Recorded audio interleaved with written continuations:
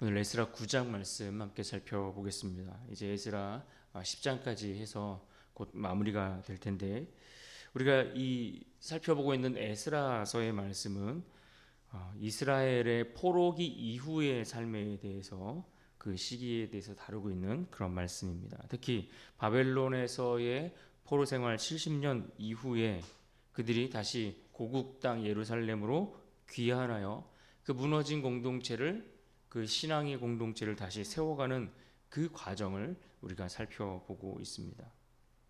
에스라서 1장부터 6장까지 우리가 스룹바벨을 중심으로 1차 귀환자들의 이야기를 우리가 살펴보았는데, 그 이후 7장부터는 에스라를 중심으로 해서 두 번째로 2차 귀환자들이 중심이 되어서 펼쳐지는 이야기들입니다.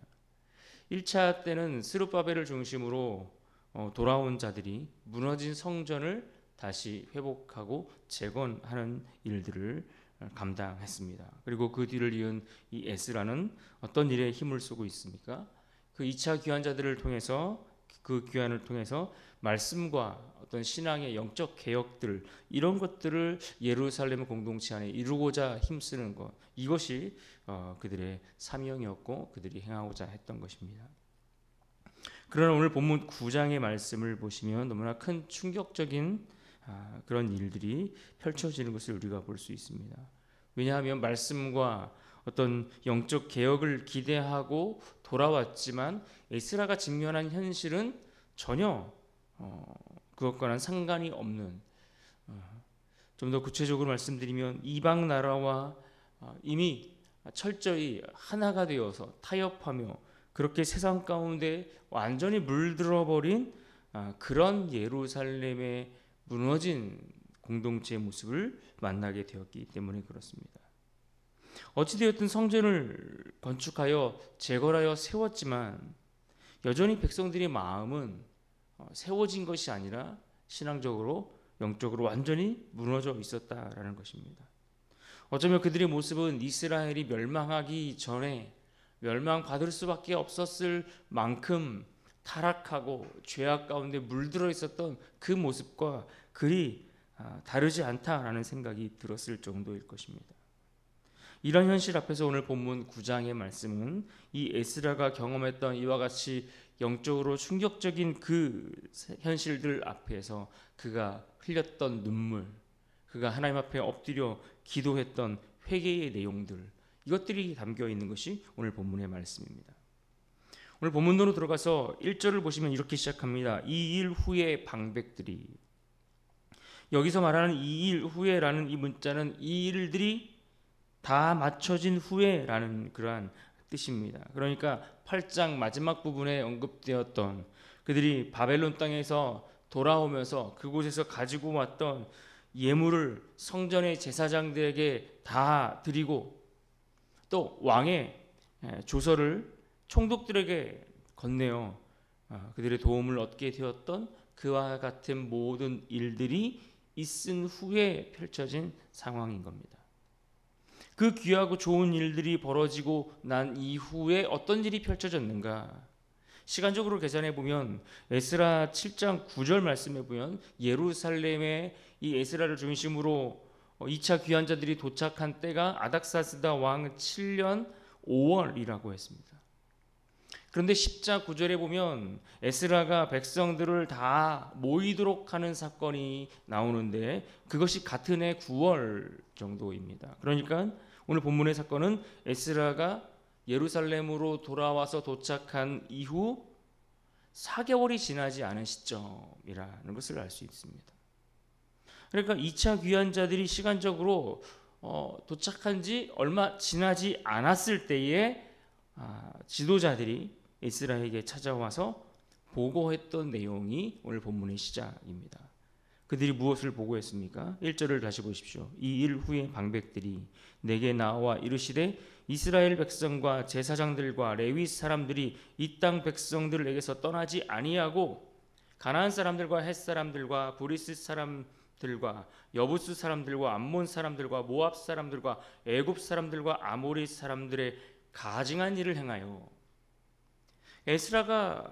에스라에게 지금 보고하고 있는 이 방백들이라는 사람들은 정확히 어떤 신분인지는 알 수 없지만 그러나 지도자들의 무리 중에 한 무리였을 것으로 생각해 볼 수 있습니다. 그런데 그들이 보고하기를 일반 백성들뿐만 아니라 제사장들, 레위인들까지 주변에 있는 이방 민족들에게서 떠나지 않았다. 이방 민족들과 도리어 같이 마음을 합해서 가증한 일을 행했다. 이 이야기를 보고해 주고 있는 겁니다. 그러니까 이 문맥과 원문의 의미들을 볼 때 한마디로 그들은 주변에 같이 있던 이 이방 민족들과 통혼하여 함께 집안이 연합하여 그들의 가증한 풍속, 그들의 악한 문화, 즉 우상 숭배를 그대로 받아들이고 이것을 따르며 이것을 즐기며 누리며 살고 있었다라는 것입니다. 누가요? 백성들뿐만 아니라 제사장과 레위인들까지. 그리고 여기서의 핵심은, 이 보고의 핵심은 이 예루살렘에 머물러 있었던 이스라엘의 영적 지도자들까지도 다 타락하고 무너진 상태였다라는 것입니다. 이방인들과 결혼하는 이 통혼의 문제 그 자체를 문제다, 악하다라고 지적했다라기보다는 그 통혼하는 일들, 이방인들과 앞에서 그런 일들을 벌리는 그런 사건들을 통해서 그들의 신앙의 정체성이 무너질 수밖에 없는 어떤 영적인 타협들이 세상과 합하여 이루어지고 있었다라는 것을 보여주는 상징이라고 할 수 있는 것입니다. 그렇게 애써 성전을 다시 세웠는데 문제는 여전히 백성들이 말씀 위에 서 있지는 않았다는 겁니다. 우리의 믿음도 그럴 때가 있지 않습니까? 겉으로는 예배 자리에 있고 우리가 신앙생활을 떠난 것이 아니고 신앙생활을 하고 있고 때가 되면 예배도 드리고 있고 때가 되면 헌금도 하고, 그런데 이 모든 것들이 정말 바른 믿음과 신앙 안에서 이루어진다라기보다는 우리가 마치 종교 생활처럼 우리가 예배당을 떠나서 교회를 떠나서 일상으로 나아갔을 때에는 오히려 세상과 적절하게 신앙에 있어서 타협하고 믿음에 있어서 양보하고 진리에 대해서 포기하고, 실제 삶에서는 오히려 세상의 일들을 더 즐거워하며 그것을 인생의 목표로 삼으며 살아가고 있지 않냐라는 말입니다. 에스라가 직면한 이 현실은 그에게 있어서 충격이 아닐 수 없었습니다. 2절을 보십시오. 그들의 딸을 맞이하여 아내와 며느리로 삼아 거룩한 자손이 그 지방 사람들과 서로 섞이게 하는데 방백들과 고관들이 이 죄에 더욱 으뜸이 되었다 하는지라. 이 보고를 받고 충격을 얻었던 이 에스라는 오늘 3절 말씀처럼 반응합니다. 내가 이 일을 듣고 속옷과 겉옷을 찢고 머리털과 수염을 뜯으며 기가 막혀 앉으니. 이 말씀의 표현을 보면 너무나 적나라하게 그의 모습을 보여주고 있습니다. 그의 심정을 너무나 잘 반영해 주고 있습니다. 에스라는 그가 리더로서, 지도자로서 그들의 모습을 보고 분노와 통곡을 하지 않을 수 없었던 것입니다. 옷을 찢고 머리카락을 뽑으며 이와 같은 행동들은 이 히브리 문화 속에서 그들의 어떠한 비참한 철저한 어떤 비탄함, 또 하나님 앞에 회개할 때에 철저히 회개할 때에 보여주는 그러한 상징적 행동들이라고 할 수 있습니다. 에스라는 많은 사람들 앞에 자신의 감정을 이와 같이 숨기지 않았습니다. 지도자로서 체면이나 신분 때문에 모른 채 하지도 않았습니다. 왜요? 이 죄의 문제가 그저 한두 사람의 문제로 끝나는 것이 아니라 공동체 전체, 그 나라 전체의 문제가 되고 이것은 결국 하나님의 거룩함을 훼손하는 악한 일이 되었기 때문이 분명했기 때문입니다. 4절도 보십시오. 이에 이스라엘의 하나님의 말씀으로 말미암아 떠는 자가 사로잡혔던 이 사람들의 죄 때문에 다 내게로 모여 오더라. 내가 저녁 제사 드릴 때까지 기가 막혀 앉았더니. 지금 이러한 보고를 듣고 이러한 끔찍한 상황들을 알게 되어서 가슴을 치고 있는 통곡하고 있는 이 에스라에게 사람들이 찾아왔다라는 이야기입니다. 어떤 사람들입니까? 말씀을 진지하게 여기는 사람들. 하나님의 말씀을 중하게 여겨서 이것이 얼마나 가슴 칠 일인가 하는 것을 아는 그러한 사람들이 에스라가 겪는 그 고통에 함께 참여하고 동참했다라는 이야기입니다. 함께 고통에 떨었다라는 표현입니다. 그렇습니다. 참된 회개는 이처럼 말씀 앞에 두려워 떠는 그 마음에서부터 시작이 되는 것입니다. 말씀을 거역하는 것이 얼마나 끔찍한 일인지를 아는 자들, 그들이 회개하는 것입니다. 하나님의 말씀을 떠나 살아가는 것이 얼마나 무섭고 두려운 일이고 이것이 심판받을 만한 일인가를 아는 자들이 그 말씀 앞에 회개한다라는 이야기입니다. 정작 그 죄를 짓는 자들, 그 죄를 짓는 자들은 겁없이 죄를 짓고 있지만 그 일을 보고 회개하는 자는 죄를 짓는 자가 아닌 그 죄가 죄라는 사실을 아는, 그래서 말씀을 두려워하는 자들, 그들이 회개하고 있다라는 것입니다. 오늘날 우리도 보면 이 죄의 문제에 대해서 하나님 말씀을 거역하며 살아가는 것들에 대해서 우리 너무나 쉽고 아무렇지도 않고 가벼운 것처럼 여길 때가 있는 듯합니다. 죄를 죄로 알고 두려워할 줄 아는 자가 하나님의 은혜를 누리게 되는 것입니다. 죄가 죄인 줄도 모르고 그저 그 죄를 따라가면 어떻게 될까요? 결국 그 마지막은 사망의 길로 떨어질 수밖에 없는 것 아니겠습니까? 말씀 앞에 두려워하는 자, 말씀을 진중하게 받아들일 수 있는 자, 그들이 하나님 앞에 무릎 꿇고 그들이 또한 하나님의 베푸시는 그 심령의 회복을 누리게 될 것입니다.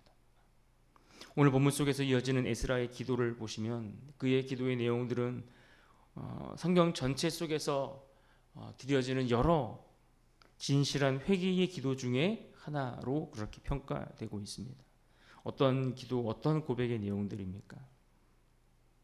먼저 그는 우리의 얼굴을 들 수 없다라고 그렇게 고백합니다. 6절을 보십시오. 말하기를 나의 하나님이여 내가 부끄럽고 낯이 뜨거워서 감히 나의 하나님을 향하여 얼굴을 들지 못하오니 이는 우리 죄악이 많아 정수리에 넘치고 우리 허물이 커서 하늘에 미침이니이다. 에스라는 지금 이 예루살렘에서 그 죄를 행하고 있는 그 죄의 문제를 그저 남의 책임으로만 돌리고 있지 않습니다.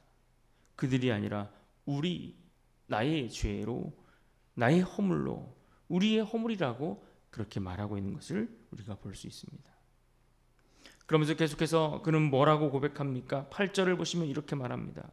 이제 우리 하나님 여호와께서 우리에게 잠시 동안 은혜를 베푸사 얼마를 남겨두어 피하게 하신 우리를 그 거룩한 처소에 박힌 못과 같게 하시고 우리 하나님이 우리 눈을 밝히사 우리가 종노릇하는 중에서 조금 소생하게 하셨나이다. 9절도 보십시오. 우리가 비록 노예가 되었사오나 우리 하나님이 우리를 그 종살이하는 중에 버려두지 아니하시고 바사 왕들 앞에서 우리가 불쌍히 여김을 입고 소생하여 우리 하나님의 성전을 세우게 하시며 그 무너진 것을 수리하게 하시며 유다와 예루살렘에서 우리에게 울타리를 주셨나이다. 그러니까 하나님께서 포로로 끌려갔던, 그들의 죄로 인해서 포로로 끌려갔던, 잡혀갔던 그 이스라엘 백성들을 그 완전히 멸망하는 그것으로부터 보호하셔서 또 팔레스타인으로 다시 예루살렘으로 돌아오게 하셨다라는 말씀입니다. 그렇게 하나님은 그들을 포로에서 돌아오게 하셨는데 심지어 성전을 다시 세워서 그들을 지켜주는 울타리를 세워주셨는데 그런데 그 은혜를 입은 자가 어떻게 했다는 겁니까? 그 백성들은 다시 죄로 돌아갔더라는 겁니다. 이처럼 에스라의 기도 안에는 하나님이 베푸신 그 은혜의 흔적들이 고스란히 담겨 있습니다. 하나님이 베푸신 그 은혜를, 그 흔적을 지워버린 것이 아니라 하나님의 은혜를 고백함으로 그 앞에 기도하고 있는 것입니다. 여러분, 회개라는 것은 결국 하나님의 그 흔적들, 하나님 베푸신 그 은혜의 흔적들을 지우지 않고 기억하는 자들이 하나님 앞에 기도할 수 있는 것입니다.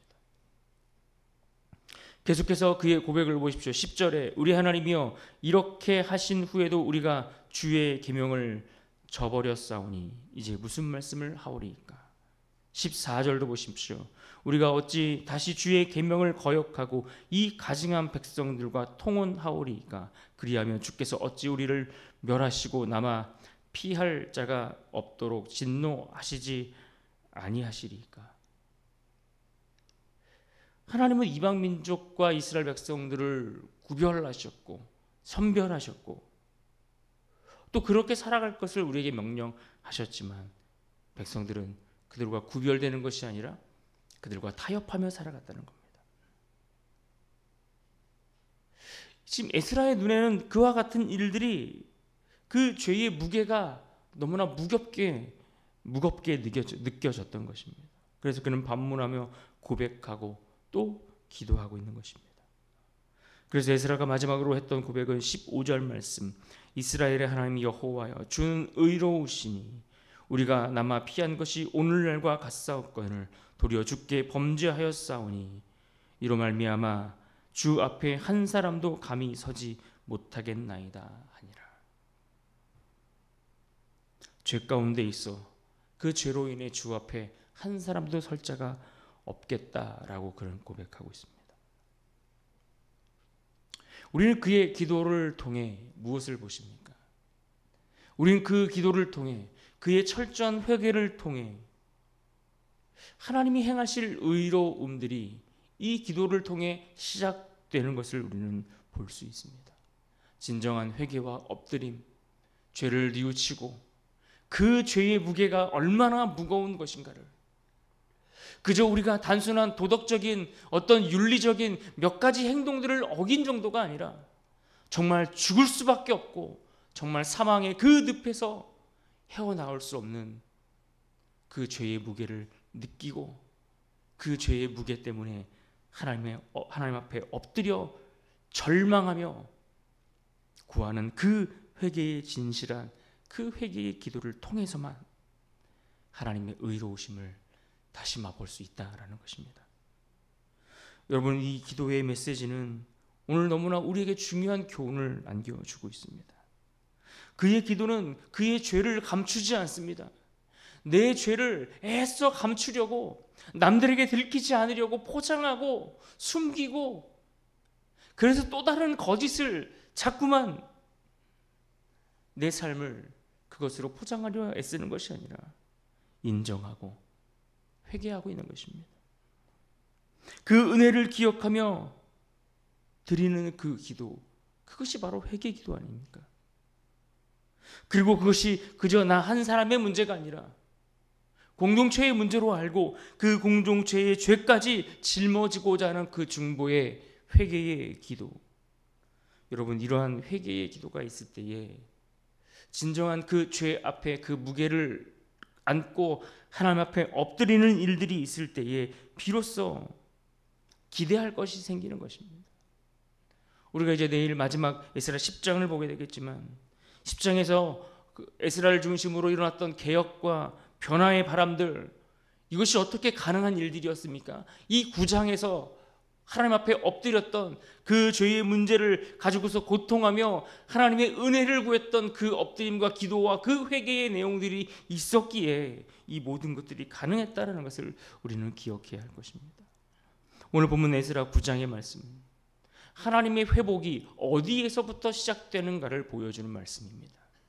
성전이 세워졌어도 하나님의 율법과 말씀이 내 앞에 있음에도 불구하고 지도자가 있음에도 불구하고 회개가 없고 엎드림이 없고 뉘우침이 없다면 공동체는, 우리의 삶은, 우리의 가정은 결코 변화되지 않을 것입니다.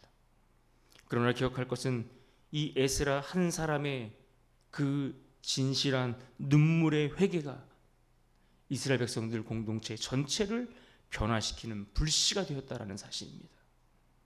오늘 우리가 하나님 앞에 엎드려 간구하는 그 기도가 하나님이 이끌어 가시는 구원과 회복의 그 불씨의 시작이 될 수 있다라는 것입니다. 하나님이 우리를 회복시키시는 순서는 늘 이와 같습니다.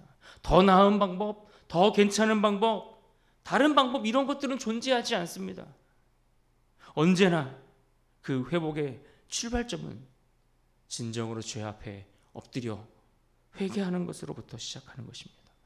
그러므로 오늘 본문 가운데 특별히 15절의 말씀을 다시 한번 우리가 읽고 붙들고 기억하며 나아갈 수 있기를 바랍니다. 15절 말씀 같이 읽습니다. 시작. 이스라엘의 하나님 여호와여, 주는 의로우시니 우리가 남아 피한 것이 오늘날과 같사옵거늘 도리어 주께 범죄하였사오니 이로 말미암아 주 앞에 한 사람도 감히 서지 못하겠나이다 하니라. 주께 범죄하고 주 앞에 감히 설 자가 없다라고 기도했던 그 고백과 이 기도의 말씀들을 오늘 이 시간 붙들고 엎드려 주의 긍휼을 구하여 그의 구원을 맛보고 누리는 그러한 복된 인생 될 수 있기를 주님의 이름으로 축복합니다.